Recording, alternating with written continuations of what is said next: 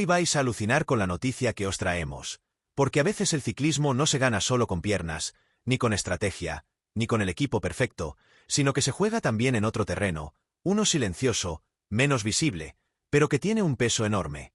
El de las diferencias económicas que hay dentro del mismo Tour de Francia, la carrera más importante del calendario, el escaparate más grande del ciclismo mundial, y que, aún en 2025, reparte los premios de forma que deja cifras que cuesta digerir.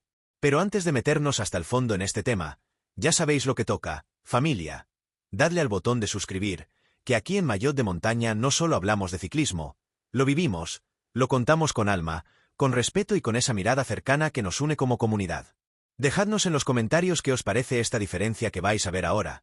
Y sobre todo, dadle al like si creéis que esto es algo que merece al menos ser puesto sobre la mesa.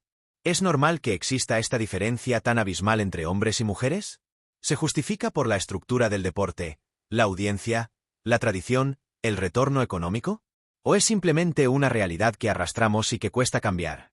Porque en el Tour de Francia masculino 2025, el fondo de premios alcanza los 2,3 millones de euros, con nada menos que 500.000 euros para el ganador de la general, y un total de 601.650 euros solo en premios por etapa. En cambio, en la edición femenina, que ha crecido, que se ha hecho un hueco, que emociona, el fondo total es de 264.152 euros, con 50.000 euros para la ganadora de la general, y apenas 90.000 euros para repartir entre las 9 etapas. No vamos a decir si está bien o mal. No es nuestro papel. Aquí solo traemos la información, las cifras que hablan por sí solas. Vosotros, como siempre, tenéis la última palabra. Porque el deporte, como la moda, como el cine, como el fútbol, suele remunerar en función de lo que genera. Eso es así. Pero cuando uno pone las dos hojas una al lado de la otra, el contraste es brutal, y merece ser contado. Y lo vamos a hacer como siempre, con el estilo de Maillot de Montaña, narrando lo que hay, sin juzgar, pero sin callar. Cuando uno empieza a mirar con detalle las distintas categorías del Tour de Francia, es cuando realmente la dimensión de la diferencia económica se hace evidente. Porque no estamos hablando solo del premio al ganador o al segundo clasificado. No. La brecha recorre cada rincón del reparto de premios. Desde las etapas hasta la clasificación por puntos, pasando por la montaña, los equipos, la combatividad y la clasificación de los jóvenes. Por eso decimos que las diferencias en premios en el Tour de Francia no son un simple matiz. Son una estructura completa que separa, a nivel económico, cómo se valora el esfuerzo en la edición masculina y en la femenina. Empecemos por la clasificación general final, que es la más visible. Ya dijimos que el campeón masculino del Tour de Francia 2025 ha recibido 500.000 euros por ganar. En el caso femenino, la ganadora de la general ha cobrado 50.000 euros. Es decir, 10 veces menos. Pero si ampliamos la mirada al top 10 completo de la clasificación general, la diferencia sigue siendo enorme. En el Tour masculino, del primer al 10º clasificado se han repartido en total aproximadamente 950.800 euros, mientras que en el femenino esa cifra apenas ha llegado a los 107.200 euros. Estamos hablando de más de 800.000 euros de diferencia, solo en los 10 primeros puestos de la general. Si hablamos de victorias de etapa, también se nota el desequilibrio. Cada ganador de etapa en el Tour masculino se ha llevado un premio de 11.000 euros, mientras que en el Tour femenino, la ganancia por cada victoria de etapa ha sido de 4.000 euros. Aquí la diferencia también supera el 50%, y eso contando con que en el Tour masculino hay 21 etapas y en el femenino solo 9. Eso significa que incluso sumando todas las etapas femeninas, el premio total distribuido es menor que el de solo unas cuantas etapas del masculino. Lo mismo ocurre en otras clasificaciones. En la montaña, los puntos, la combatividad o los equipos. No vamos a repasar cada cifra, pero sí podemos decir que en ninguna categoría las mujeres alcanzan el 50% del premio económico que reciben los hombres. Y eso, aunque se entiende desde un punto de vista de estructura y retorno, no deja de ser un dato que impacta cuando lo ves todo junto. Porque no se trata de una diferencia puntual, sino de una brecha sistemática. Esto no es una crítica ni una queja. Es simplemente la exposición de una realidad económica que forma parte del mundo del deporte. Como pasa en el tenis, en el fútbol o incluso en la moda, los ingresos se mueven muchas veces en función de lo que genera cada categoría. Pero aún así, al poner estos datos sobre la mesa, cuesta no quedarse pensando en lo lejos que están unas cifras de otras. Y eso, como mínimo, merece ser contado. Hablar del ciclismo femenino hoy no es lo mismo que hace 5 o 10 años. El cambio ha sido real, ha sido visible, y sobre todo, ha sido empujado por un grupo de ciclistas valientes, comprometidas y con un nivel deportivo que no tiene nada que envidiar al masculino. Las imágenes de corredoras como Annemiek van Vleuten, Demi Vollering, Lotte Kopecky o Katarzyna Niewiadoma llenando puertos, atacando con rabia y ganando con autoridad, se han convertido en parte del paisaje habitual del ciclismo internacional. Y si alguien pensaba que el Tour de Francia femenino era solo un gesto simbólico, se ha dado cuenta en poco tiempo de que la carrera ha crecido de verdad. La cobertura televisiva ha mejorado, las audiencias han subido, los equipos se han profesionalizado, y las diferencias de rendimiento dentro del pelotón femenino se han reducido, creando etapas mucho más disputadas y emocionantes. Sin embargo, cuando hablamos de las diferencias en premios en el Tour de Francia, la sensación que queda es que esa evolución deportiva todavía no ha llegado al bolsillo. Porque si bien es cierto que el Tour femenino es más corto, con solo 9 etapas frente a las 21 del masculino, y que todavía no tiene el mismo nivel de retorno económico, los números que ya vimos antes siguen llamando la atención. No solo por la cantidad en sí, sino porque reflejan que la estructura económica del ciclismo sigue anclada en modelos que evolucionan más despacio que el propio deporte. Esto no es nuevo, ni exclusivo del ciclismo. Pasa en muchos otros deportes donde el profesionalismo femenino ha crecido a gran velocidad, pero los ingresos no han seguido el mismo ritmo. Y aquí no se trata de forzar una igualdad por decreto, sino de entender en qué momento está cada parte del deporte y qué se puede hacer para que el crecimiento deportivo vaya acompañado, poco a poco, de un crecimiento económico proporcional.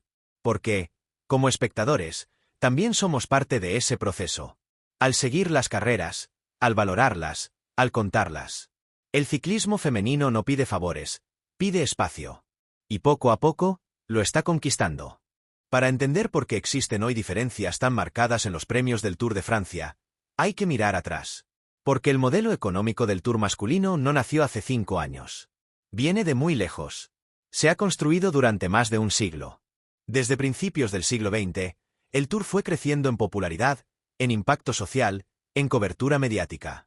Cada década le añadió algo. Primero los periódicos, después la radio, luego la televisión, más tarde los helicópteros, las motos, las cámaras embarcadas, y por último el espectáculo global que es hoy. Durante todo ese tiempo, el Tour masculino fue acumulando patrocinadores, contratos, acuerdos, audiencias y un ecosistema que lo transformó en una máquina financiera muy difícil de igualar. El Tour femenino, por el contrario, no ha tenido una trayectoria continua ni estable.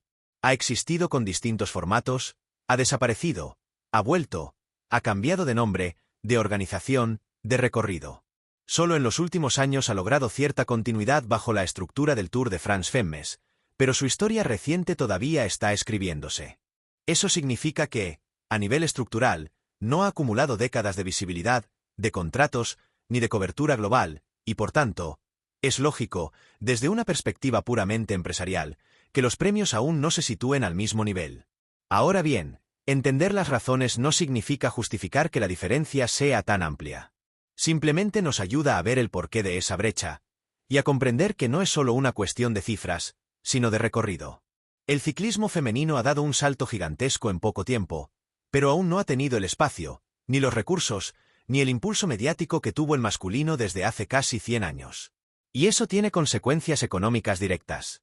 Por eso, cuando hablamos de las diferencias en premios en el Tour de Francia, lo que vemos hoy es también el reflejo de lo que no se construyó durante décadas. Es el resultado de un desequilibrio de origen.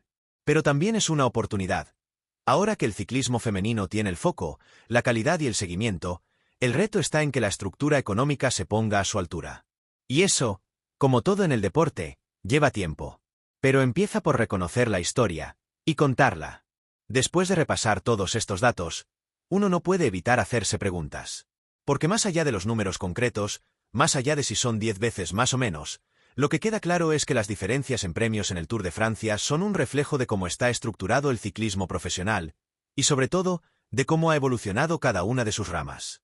El Tour masculino es una estructura centenaria, con una economía consolidada. El Tour femenino, en cambio, está aún en pleno proceso de crecimiento, ganando espacio, audiencia y consistencia.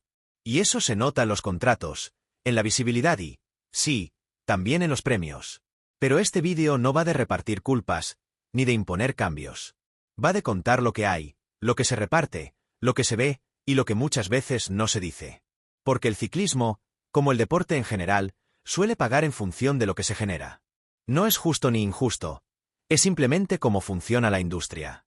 El retorno económico, los patrocinadores, la visibilidad, todo eso influye. Y lo mismo ocurre en otros ámbitos. En el tenis, en el fútbol, en los Juegos Olímpicos, incluso en el mundo del espectáculo o en la moda. Las audiencias y el dinero suelen marcar la pauta. Ahora bien, que algo sea habitual no significa que no debamos observarlo, pensarlo, ponerlo sobre la mesa. Por eso, aquí en Punto de Partido, queríamos hablar de esto. Porque a veces, el deporte que vemos con emoción cada día esconde historias, datos, realidades que también merecen su espacio. Así que ahora os toca a vosotros. ¿Creéis que esta diferencia tan marcada entre hombres y mujeres es razonable? ¿Pensáis que el Tour femenino debería aspirar a un reparto más equilibrado? ¿O lo veis como algo normal, acorde al contexto actual del ciclismo profesional? Dejadnos vuestra opinión en los comentarios. Queremos leer lo que pensáis, sin filtros, con respeto y con ese espíritu crítico que tanto nos gusta en esta comunidad.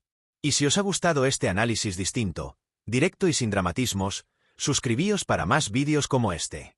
Porque aquí, en Punto de Partido, el deporte no solo se sigue, se piensa.